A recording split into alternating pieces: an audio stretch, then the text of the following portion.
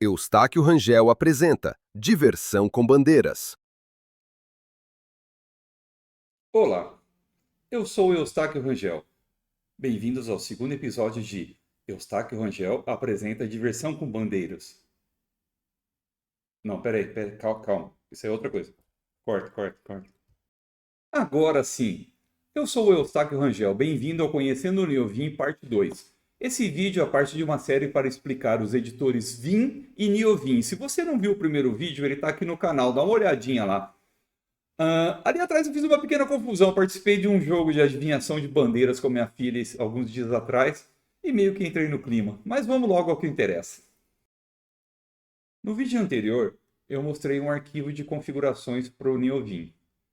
É esse arquivinho aqui, o init.vim, que está na pasta config nvim. Algumas pessoas podem estar perguntando, por que você não utiliza o arquivo init.lua, que é o padrão do Neovim? Por uma boa razão. Eu costumo utilizar muito o Neovim durante o desenvolvimento aqui no meu computador local. Mas várias vezes eu conecto em alguns servidores também. E nesses servidores, ou o Neovim não está instalado, ou nós não podemos instalar ele por algum motivo de permissões, ou são servidores até antigos em que a distribuição não tem o pacote do Neovim. Então, eu faço o init.vim de uma forma que ele vá funcionar tanto para o Neovim quanto para o Vim. Agora vamos dar uma olhadinha em algumas particularidades e como resolver essa situação. O problema é o seguinte: o init.lua vai ser lido somente pelo Neovim, correto? Ele pode ler o init.lua, mas também o init.vim, como nós já vimos aí anteriormente. O Vim não lê nem o init.vim e nem o init.lua. Ele vai procurar o vimrc, .vimrc, que vai estar no home do usuário. Só que aí eu consigo fazer o seguinte, eu consigo criar um link simbólico entre o config nvim init.vim para o .vimrc. Então, dessa forma, eu consigo utilizar o init.vim, que funciona, já está padrão ali do Neovim, é reconhecido pelo Neovim como fonte do Vim também. E de que forma que funcionem as opções em ambos os editores. Dessa forma, eu consigo copiar, por exemplo, o vimrc, que é o init.vim, para os servidores que eu preciso utilizar o Vim. Fazendo essa cópia, com certeza nós vamos ter permissões no diretório do usuário. O Vim já vai sair funcionando perfeitamente para nós. Vamos dar uma olhada disso aqui na prática. Vocês se lembram que eu fiz um alias. Vamos até apagar isso aqui. A hora que eu chamar Vim, o alias vai chamar o Neovim. Vamos dar uma olhada nisso? Olha só, estou aqui com o Neovim. Vamos sair dele. Vamos dar um alias no Vim. Aqui eu tenho instalado os dois. Eu tenho instalado o Vim e o Neovim. Vou pedir para dar uma olhada no Vim. Ó, eu estou agora no Vim. Tanto que a gente está vendo a transparência aqui atrás. Ó. Se eu chamar o NVim, pode ver que ele já ficou opaco. Aqui o tema dele está bem mais... o background está opaco, né? Está bem mais escuro. Ok, então eu tenho os dois editores aqui. Aí eu tenho aqui, vamos dar uma olhada no... Eu tenho meu arquivo... Ups, desculpe. Config nvim init.vim. Ok, está lá. Para o Neovim, vamos dar uma olhada aqui, ó. É só eu ver o número relativo de linhas que eu havia configurado lá. Estou vendo a linha do cursor, estou vendo o número relativo de linhas aqui. Ok, beleza, eu vou dar um quit com um bang, um ponto de exclamação para sair, não quero salvar. Vamos dar uma olhada no Vim. Aqui no Vim, eu não tenho nem o número da linha. Então vamos fazer o que eu havia comentado. Eu vou fazer um link simbólico. Vamos aproveitar aqui, ó. Link simbólico do init Vim para o Vim RC. Eu já estou no meu home, tá? Beleza? Vamos chamar o Vim de novo? Olha só, já tem os números de linhas aqui. Ou seja, o nosso arquivo de configuração já começou a funcionar. Tá? Uma das configurações que estavam lá é mostrar o número de linha e o número relativo da linha, tá? Então, eu já consegui fazer aqui, vou dar um quit, só um quit, assim. Eu já consegui fazer aqui com que funcione esse arquivo para ambos os editores. Aí, o que eu posso fazer? Eu posso copiar tanto esse arquivo quanto esse arquivo para onde eu quiser, um servidor que eu só tenha acesso ao Vim, e vai funcionar. A partir desse momento, a gente vai começar a colocar até algumas coisas específicas aqui dentro do init Vim, detectando se eu estou dentro do Neovim ou não. Dessa forma, eu consigo utilizar a maior parte dos recursos que estão aqui dentro, que nós vamos instalar também, dentro, por exemplo, de um servidor antigo, utilizando o Vim, em um ambiente que eu não tenho o Neovim. E, como eu disse, eu costumo chavear bastante entre esses ambientes.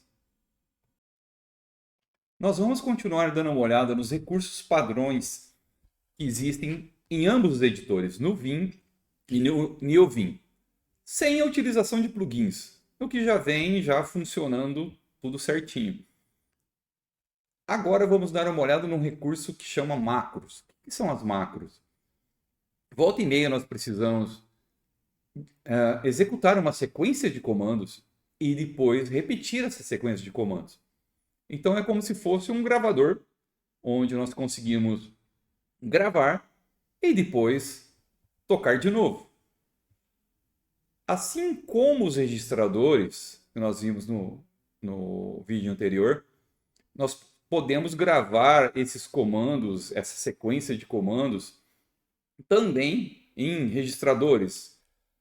Por exemplo, eu vou gravar num registrador que vai posso escolher uma letra de A a Z, um número de 0 até 9, mas já fica a dica de você escolher um registrador que tenha a ver com a semântica do que você está fazendo. Nós já vamos ver como que funciona isso. Olha só, eu tenho esse arquivinho aqui, ó, o hash.json. Aqui, o conteúdo do arquivo é esse aqui. Aqui eu tenho uma decoração. Esse carinha aqui que eu estou usando é o Batcat. Ele mostra o arquivo e já dá uma sintaxe highlight e coloca o número de linhas aqui. O conteúdo do arquivo é esse carinha aqui do meio. Vamos supor que eu preciso transformar esse arquivo do jeito que ele está aqui agora. Vamos editar ele. Olha só. Eu preciso transformar ele numa hash.json. Tá? Aí, o que eu posso fazer? Eu posso chegar aqui e pegar... Aqui eu estou em modo modo normal, vou entrar em modo de edição, posso aqui, ou no modo normal mesmo, eu peço para ir para... Aqui é uma dica. Eu estou aqui, ó, eu quero ir para a próxima palavra. É o W. Eu posso chegar aqui, entrar em modo de edição, colocar isso aqui para o final da linha e colocar uma vírgula, e depois que eu fizer com todos aqui, eu posso chegar aqui em cima e abrir, e lá embaixo fechar a hash. Dicas: para ir para cima, GG em minúsculo, para ir para baixo em G maiúsculo. Começo do arquivo, GG, para baixo. Final do arquivo, G maiúsculo. Ok. Eu poderia fazer isso aqui para todas as linhas que estão dentro do arquivo. Mas imagina que isso aqui, 5 linhas, já vai dar um certo trabalhinho. Se fosse um arquivo gigante, tá? Que eu precisasse fazer esse tipo de coisa. Então vamos lá. Eu vou escolher primeiro eu vou escolher um registrador. Eu preciso converter isso numa hash. Eu vou armazenar na letra H. Tá? para ficar já, a semântica já fica atrelada, né? Vamos lá. Então, eu vou fazer o seguinte, para eu gravar alguma coisa na letra H, eu vou apertar Escape, Q e o registrador que eu quero, ou seja, o H. Vamos lá, deu Escape, o Q e o H. Olha ali embaixo o que apareceu, ó, gravando o H. Legal. Aí agora eu já estou aqui, eu vou fazer o seguinte, eu vou dar o W, vou fazer aquela mesma coisa que eu fiz. Vou para o final da linha, vou colocar uma vírgula, vou para o começo da linha, é 0. E vou descer, que é o J, que eu já expliquei as teclas de movimentação antes, tá? Ok, eu ainda estou gravando o H. Eu quero parar de gravar o H. Vou dar um Q, quit. Pum, terminei. Agora eu quero repetir o que o H fez aqui na linha de baixo. Ok. Eu tenho a minha macro que está gravada no H. Eu vou apertar @H. Olha só. @H de novo. @H outra vez. @H outra vez. Agora é só completar com as chaves em cima ou embaixo. E para ficar melhor isso ainda, vamos supor que eu acabei de gravar aqui. Estou aqui no começo da linha. Eu tenho 4 linhas para baixo, certo? Eu posso apertar 4 @H. Minha macro entrou em ação. Aí eu posso ir lá para o começo do arquivo, dou uma linha aqui, venho para cá, dou outra linha e vamos tirar essa vírgula daqui. Eu vou dar uma dica para vocês agora. GG minúsculo, V maiúsculo, G. A gente tem que fazer bem rápido. Ok. Ele seleciona todo o arquivo. Vou apertar o igual. Olha só, ele já formatou para mim. Tá? Então vocês viram que a macro economizou um tempo lascado para repetir comandos. Vamos ver mais um exemplo disso. Vamos dar uma olhada em outro exemplo aqui. Eu tenho aqui um arquivinho teste CSV. Nesse arquivo nós temos o nome, o código e um flag para indicar se o usuário está ativo. Tá? A gente sabe que às vezes nós requisitamos dados para outros usuários, para outras fontes, para clientes, etc. e tal, e não pode ser que não venha muito bem formatado. Vamos imaginar aqui que eu queira que o nome, fala, olha, o nome sempre tem que estar em maiúsculo, o código aqui vai ter que ter 6 dígitos numéricos. Se o código não existir, tem que estar preenchido com 6 zeros. E no final aqui eu tenho o flag 0 ou 1 para ativo. Aqui nós podemos ver já que o arquivo veio todo detonado. Isso aqui não está em maiúsculo. Aqui, quando ele está em maiúsculo, ele não tem aqui o código no meio, o 0. Aqui não está em maiúsculo, está em maiúsculo, mas não tem o 0. Então aqui nós temos alguns comportamentos. Então eu tenho aqui linhas que quando não está em maiúsculo tem o código, quando está em maiúsculo não tem o código. Ok, eu posso reconhecer que eu tenho esse comportamento aqui no arquivo, aconteceu algum erro ali na hora de gerar ele e vou tomar conta dele para dar uma olhada como que eu vou fazer. Ok, eu vou chegar aqui nesse começo da linha. A hora que nós chegarmos na parte de plugin, eu não quis instalar agora, mas eu vou depois instalar um plugin para vocês verem quais são as teclas que eu estou apertando, tá? Eu até considerei mostrar a minha tela aqui do Vim, que já está configurado isso, mas ele tem um monte de coisa configurada. Mas eu decidi deixar sem isso por enquanto, porque eu quero ir certinho preenchendo isso com vocês, tá? Mas vamos lá, eu vou explicando cada teclinha que eu vou apertando. Eu estou aqui, eu estou numa linha que eu preciso converter o que tiver até na vírgula em maiúsculo. Eu vou converter o que eu tiver até na vírgula em maiúsculo e vou descer para a linha de baixo. Ok, eu vou dar um escape. Qual que é o registrador que eu vou usar? Vou apertar o U de uppercase. Olha lá embaixo, já está lá, gravando o U. Eu vou apertar V, que é de seleção visual. Apertei a tecla V. Ó, mudou para visual lá. Eu vou apertar T e vírgula. O que é o T? Mova-se até você encontrar determinado caractere. T e vírgula. Olha só. Selecionou ali o José dos Santos. Agora eu vou apertar o comando U maiúsculo, que converte a seleção em maiúsculo. Olha que lindinho que ficou. Agora o que eu vou fazer? Eu vou descer para a linha de baixo e vou parar de gravar o U. Vou apertar Q. Sumiu o Recording U ali embaixo. O que eu posso fazer com isso? Eu posso chegar aqui agora, ó, e posso apertar @U, ele converteu. @U, ele converteu. Nossa, mas você viu que eu tive que descer com duas linhas, né? Pô, podia ter automatizado isso. Ok, eu posso regravar a macro. Então vamos lá. Escape, Q, U. Vou regravar ela. V, to, vírgula, ok. U maiúsculo, J, J. Vou dar um Q. Viram que eu regravei ela. Agora eu vou dar um replay nela. Eu vou apertar @U. Foi lá. @U de novo. Foi lá outra vez. Ou seja, nesses casos aqui, eu já consertei o arquivo, a parte que eu precisava consertar o maiúsculo. Vamos dar um replay 3 vezes nele. 3, @U. Tudo consertado. Ó, que legal. Aí, nesse caso aqui, eu preciso colocar o quê? O código. Não tá preenchido com o código, tá? Eu vou pedir para preencher com o código agora. Como que eu vou chamar essa outra macro? Código. C. Vou colocar no registrador C. Escape, Q, C. Estou gravando agora, olha lá, o C, tá? Agora, o que eu vou fazer? Eu vou apertar aqui o nosso amigo F, que ele vai até na vírgula. Vocês viram que o T ele vai até para trás do caractere que eu coloquei. O F ele vai até no caractere. Eu vou apertar agora A de append.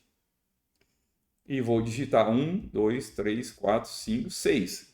E o vírgula, que é o código que eu gostaria, correto? Olha, eu estou em modo de inserção. Eu vou dar um escape para eu voltar no modo normal.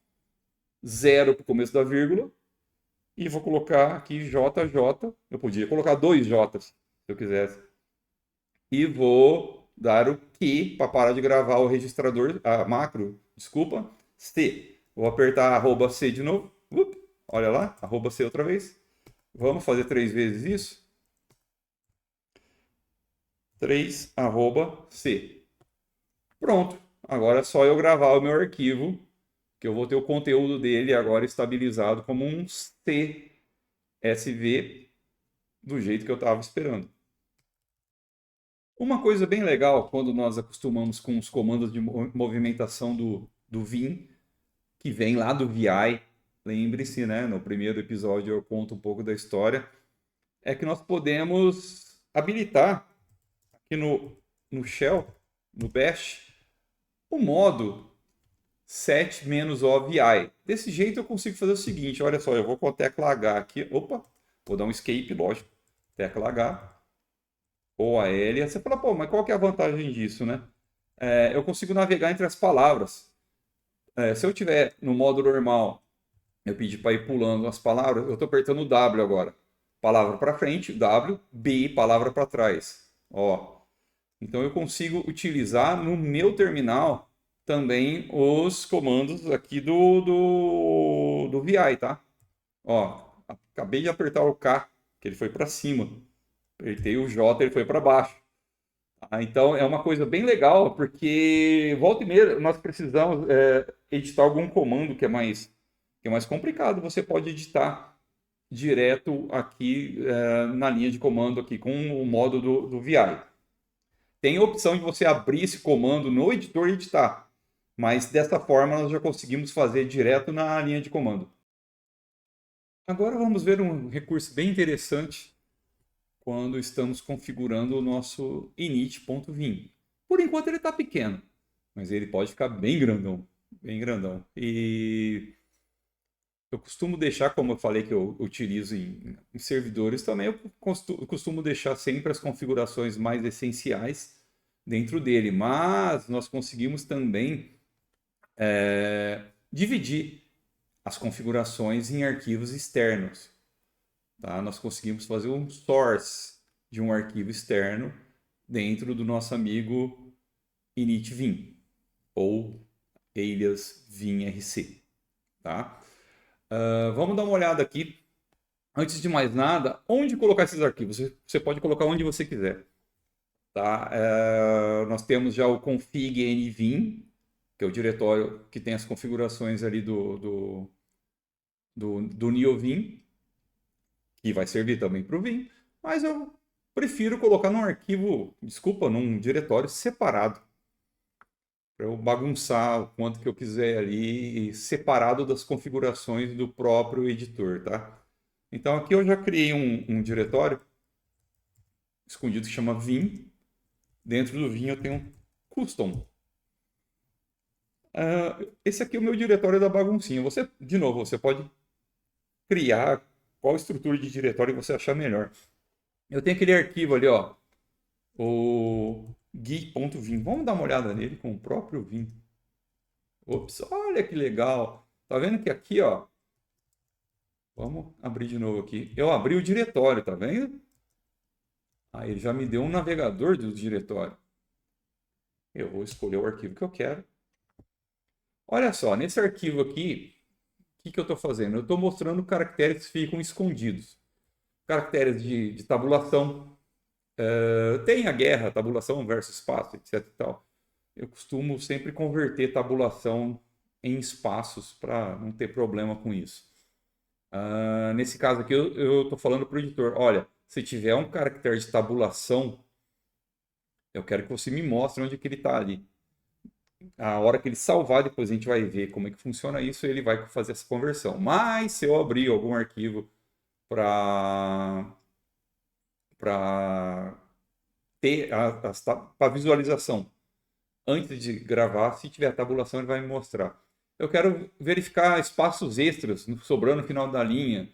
Eu quero ver quando a linha excede o limite, quando tem texto antes. O que é esse excede o limite? Está vendo essa barrinha cinza aqui? Inclusive, isso aqui é uma configuração que eu não tinha colocado ali no vídeo anterior. Ali tem um link ali para as configurações e eu já atualizei lá, tá? Então, se o texto estourar isso aqui, ele vai mostrar para a gente.